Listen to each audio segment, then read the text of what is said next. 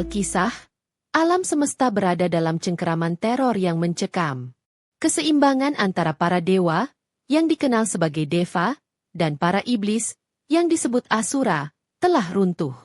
Dua Asura bersaudara yang sangat perkasa, Shumbha dan Nishumbha, berhasil mendapatkan anugerah kekuatan luar biasa melalui pertapaan yang sangat berat. Mereka memohon kepada para dewa pencipta agar tidak ada satupun dewa, manusia, atau iblis laki-laki yang dapat mengalahkan mereka. Dengan kesombongan yang membuncah, mereka merasa tak terkalahkan dan mulai menaklukkan seluruh alam. Surga, tempat tinggal para deva, berhasil direbut. Para dewa diusir dari kediaman agung mereka, dipaksa hidup dalam persembunyian yang hina. Bumi pun tak luput dari angkara murka mereka. Para pertapa yang sedang melakukan pemujaan dibunuh, persembahan suci dihentikan, dan hukum alam diputarbalikan. Kekacauan merajalela di mana-mana. Shumbha dan Nishumbha mengangkat diri mereka sebagai penguasa tiga dunia, surga, bumi, dan dunia bawah. Mereka memerintah dengan tangan besi, menebar ketakutan dan penderitaan bagi semua makhluk. Para deva yang putus asa berkumpul di puncak sebuah gunung suci, merenungkan nasib mereka yang kelam. Mereka menyadari bahwa kekuatan gabungan mereka sekalipun tidak akan mampu menandingi anugerah kesaktian yang dimiliki Shumbha dan Nishumbha. Segala upaya perlawanan yang mereka lakukan selalu berakhir dengan kekalahan yang memalukan. Rasa putus asa mulai menyelimuti hati mereka, seolah tidak ada lagi harapan yang tersisa untuk mengembalikan kedamaian dan keteraturan di alam semesta. Di tengah keputusasaan tersebut, Dewa Indra, Raja para Deva, teringat akan sebuah ramalan kuno. Ramalan itu menyebutkan bahwa ketika kejahatan mencapai puncaknya dan tidak ada kekuatan laki-laki yang mampu menandinginya, maka pertolongan akan datang dari kekuatan feminin ilahi yang paling murni dan perkasa. Sumber kekuatan itu adalah Sang Dewi Agung, Parvati, permaisuri dari Dewa Shiva, yang bersemayam di puncak Gunung Kailas. Dengan secercah harapan terakhir, seluruh jajaran deva melakukan perjalanan suci menuju Gunung Kailas. Mereka berniat untuk memohon, dengan segenap kerendahan hati, kepada Dewi Parvati agar sudi menyelamatkan alam semesta dari kehancuran total. Perjalanan mereka adalah perjalanan iman, sebuah pertaruhan terakhir untuk mengembalikan tatanan kosmik yang telah dirusak oleh keangkuhan dan kejahatan para Asura.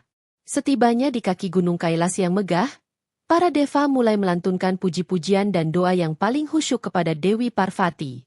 Mereka menceritakan segala penderitaan yang mereka alami, kehancuran yang melanda bumi, dan arogansi Shumbha beserta Nishumbha yang seolah tak terbendung. Suara doa mereka yang tulus menggema di pegunungan suci, dipenuhi dengan harapan agar Sang Dewi Agung mendengar jeritan hati mereka yang putus asa dan memberikan ridhonya untuk turun tangan. Dewi Parvati, yang sedang bermeditasi dalam ketenangan, mendengar permohonan tulus para deva. Hatinya tergerak oleh penderitaan yang melanda seluruh makhluk. Sebagai ibu semesta, ia tidak bisa tinggal diam melihat anak-anaknya ditindas oleh kekuatan jahat. Beliau menghentikan meditasinya dan memahami bahwa waktunya telah tiba untuk mewujudkan sisi lain dari dirinya. Sebuah aspek yang penuh dengan kekuatan dan keberanian untuk menumpas kebatilan hingga ke akarnya. Dari dalam tubuh Dewi Parvati yang lembut dan penuh keanggunan, muncullah sesosok Dewi yang luar biasa cantik dan bercahaya.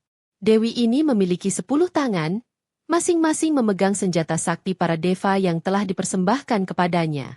Wajahnya memancarkan ketenangan namun juga kekuatan yang menggetarkan. Dewi inilah yang kemudian dikenal dengan nama Durga, yang bermakna benteng yang tak tertembus atau dia yang sulit dikalahkan. Kemunculannya disambut dengan sukacita oleh para deva. Dewi Durga, dengan singa agung sebagai kendaraannya, segera berangkat menuju medan perang. Kabar kedatangan seorang dewi pejuang yang seorang diri menantang kekuasaan mereka sampai ke telinga Shumbha dan Nishumbha. Awalnya, mereka meremehkan ancaman tersebut, menganggapnya sebagai lelucon. Namun, ketika para panglima terbaik mereka satu persatu tumbang di tangan Dewi Durga, mereka mulai menyadari bahwa Dewi ini bukanlah lawan yang bisa dipandang sebelah mata. Pertempuran demi pertempuran dimenangkan oleh Dewi Durga. Pasukan Asura yang jumlahnya ribuan berhasil dipukul mundur. Panglima-panglima tangguh seperti Dhumralocana, Chanda, dan Munda berhasil dikalahkan dengan mudah.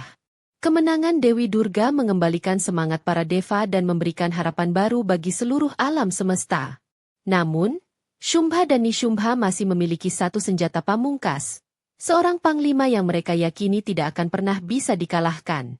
Melihat pasukannya luluh lantak, Shumbha menjadi murka. Ia kemudian memanggil panglima andalannya yang paling mengerikan, seorang asura bernama Raktabija. Nama Raktabija sendiri memiliki arti yang sangat menakutkan, yaitu Rakta yang berarti darah dan Bija yang berarti benih. Nama ini merujuk pada anugerah kesaktian yang dimilikinya, sebuah kekuatan yang membuatnya hampir mustahil untuk dibunuh di medan pertempuran. Kesaktian Raktabija sungguh unik dan mengerikan. Setiap kali setetes darahnya jatuh dan menyentuh tanah, maka dari tetesan darah tersebut akan langsung muncul tiruan dirinya yang baru. Tiruan ini memiliki kekuatan, penampilan, dan keganasan yang sama persis dengan Raktabija yang asli. Semakin banyak ia terluka, semakin banyak pula pasukan yang tercipta, mengubah medan perang menjadi lautan iblis yang tidak ada habisnya. Dengan keyakinan penuh, Raktabija maju ke medan laga untuk menghadapi Dewi Durga. Pertarungan sengit pun terjadi. Dewi Durga dengan segala kesaktiannya berhasil melukai Raktabija berkali-kali dengan panah, pedang, dan trisulanya.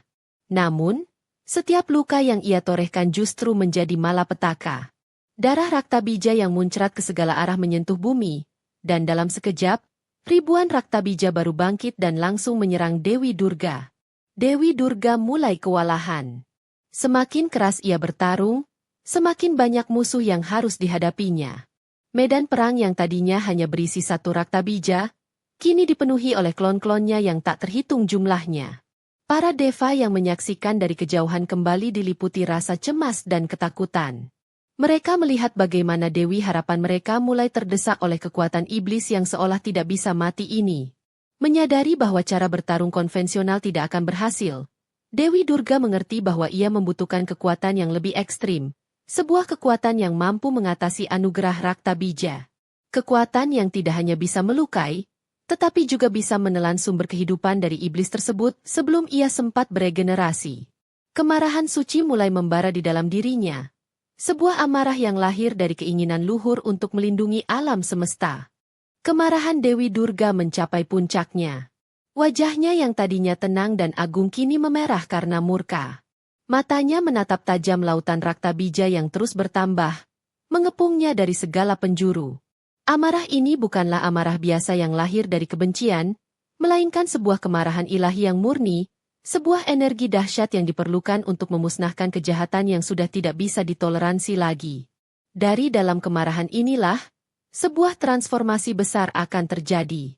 Dahi Dewi Durga mulai berkerut dalam, memancarkan cahaya gelap yang menyilaukan. Tiba-tiba, dari antara kedua alisnya, dari titik cakra kebijaksanaan tertinggi, muncullah sesosok Dewi dengan wujud yang sangat mengerikan. Dewi ini berbeda dari wujud Durga yang anggun.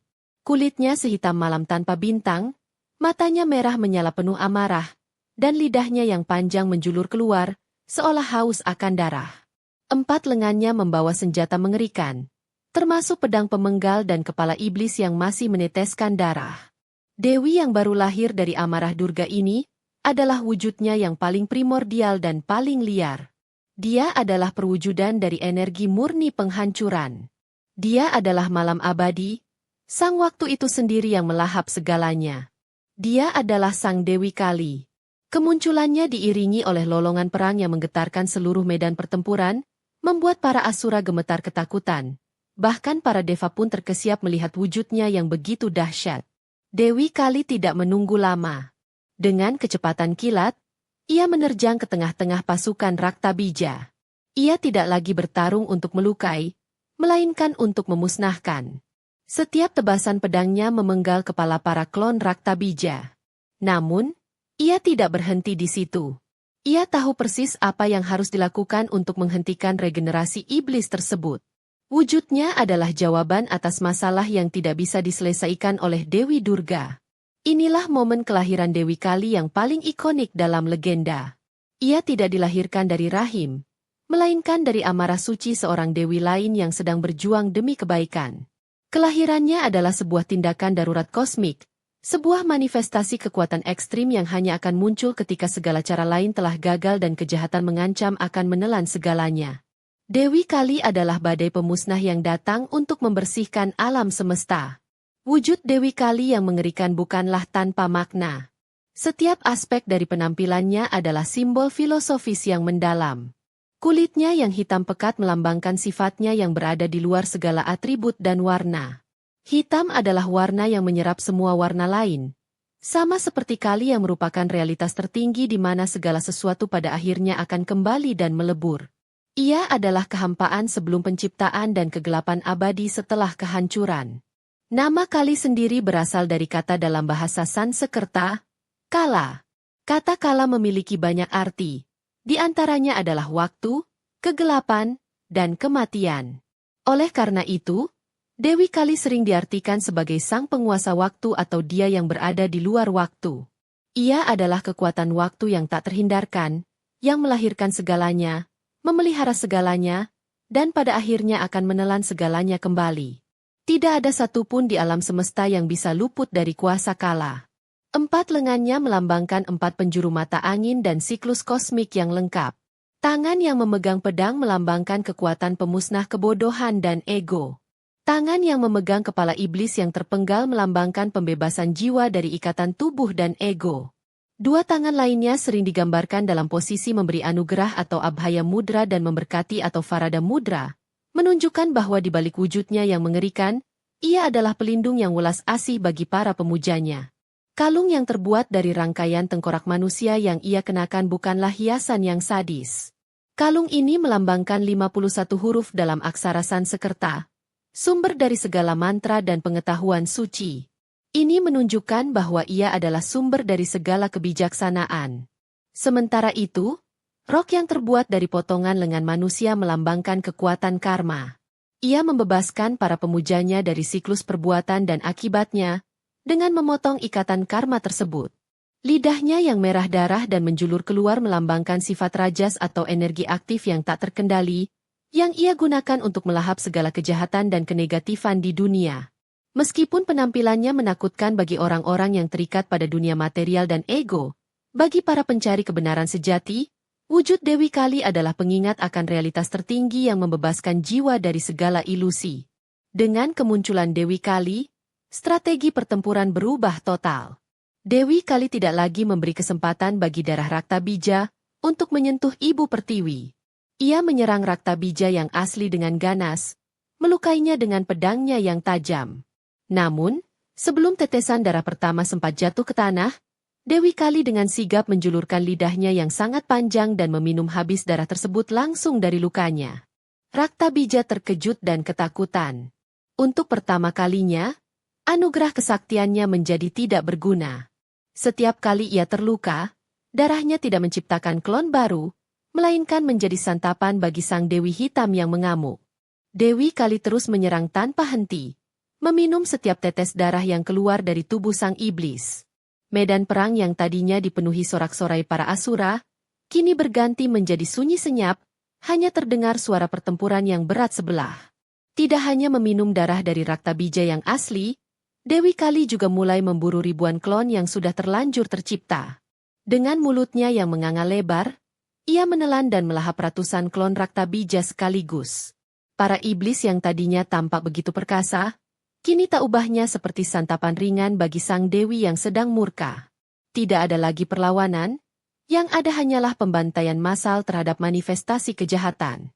Proses ini terus berlanjut hingga tidak ada satupun klon Raktabija yang tersisa di medan perang.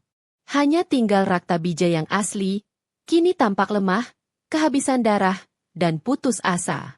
Kekuatan yang selama ini menjadi andalannya kini berbalik menjadi sumber kelemahannya. Dewi Kali, dengan tatapan mata yang membara, memberikan serangan terakhir yang memisahkan kepala Raktabija dari tubuhnya. Dengan tewasnya Raktabija, salah satu pilar kekuatan Shumbha dan Nishumbha telah runtuh. Dewi Kali berdiri tegak di tengah lautan mayat para asura, tubuhnya berlumuran darah musuh. Ia telah berhasil melakukan apa yang tidak bisa dilakukan oleh dewa manapun. Ia telah membersihkan medan perang dari iblis yang tak terkalahkan. Kemenangan telah diraih. Namun, kisah ini belum berakhir. Setelah memusnahkan Raktabija dan pasukannya, Dewi Kali tidak berhenti. Ia telah merasakan manisnya kemenangan dan darah para iblis. Sebuah euforia pertempuran yang liar dan tak terkendali menguasai dirinya. Dalam keadaan mabuk oleh amarah dan kemenangan, Dewi Kali mulai menari. Ini bukanlah tarian keindahan, melainkan tarian kehancuran yang dahsyat. Setiap hentakan kakinya di tanah menyebabkan bumi bergetar hebat. Para deva yang tadinya bersorak gembira atas kemenangan, kini wajahnya pucat pasi karena ketakutan. Mereka menyadari bahwa kekuatan yang telah mereka bangkitkan kini menjadi ancaman baru yang lebih besar. Tarian Dewi Kali semakin menjadi-jadi, semakin liar dan kuat. Gunung-gunung mulai retak, lautan bergejolak, dan langit seolah akan runtuh. Keseimbangan alam semesta, yang tadinya hendak diselamatkan, kini justru berada di ambang kehancuran total oleh sang penyelamat itu sendiri. Para dewa mencoba mendekat untuk menenangkan Dewi Kali. Namun aura kehancuran yang dipancarkannya begitu kuat sehingga tidak ada satupun yang berani mendekat. Mereka memohon dan berdoa. Tetapi sang dewi yang sedang kalap tidak lagi bisa mendengar suara apapun selain detak genderang perang di dalam dirinya. Ia terus menari di atas mayat-mayat para asura, tidak menyadari bahwa tariannya akan menghancurkan seluruh ciptaan. Kekuatan Dewi Kali yang tak terkendali ini adalah sebuah alegori penting. Ini menunjukkan bahwa bahkan amarah yang paling benar sekalipun, jika tidak dikendalikan, dapat menjadi destruktif dan membabi buta. Kekuatan, sebesar apapun, membutuhkan kesadaran dan kendali. Tanpa itu, kekuatan tersebut hanya akan membawa malapetaka, tidak peduli seberapa mulia niat awalnya. Alam semesta kini menghadapi kiamat yang disebabkan oleh tariannya. Dalam keputusasaan yang lebih besar dari sebelumnya, para deva hanya bisa memikirkan satu sosok yang mungkin bisa menghentikan Dewi Kali. Sosok itu adalah suaminya sendiri, sumber dari kesadaran murni yang menjadi penyeimbang dari energi liar sang dewi.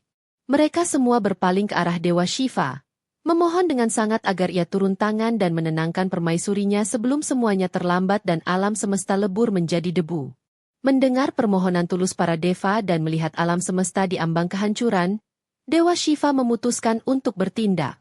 Namun, ia tahu bahwa melawan kekuatan Dewi Kali dengan kekuatan tidak akan menyelesaikan masalah, justru hanya akan memperparah kehancuran.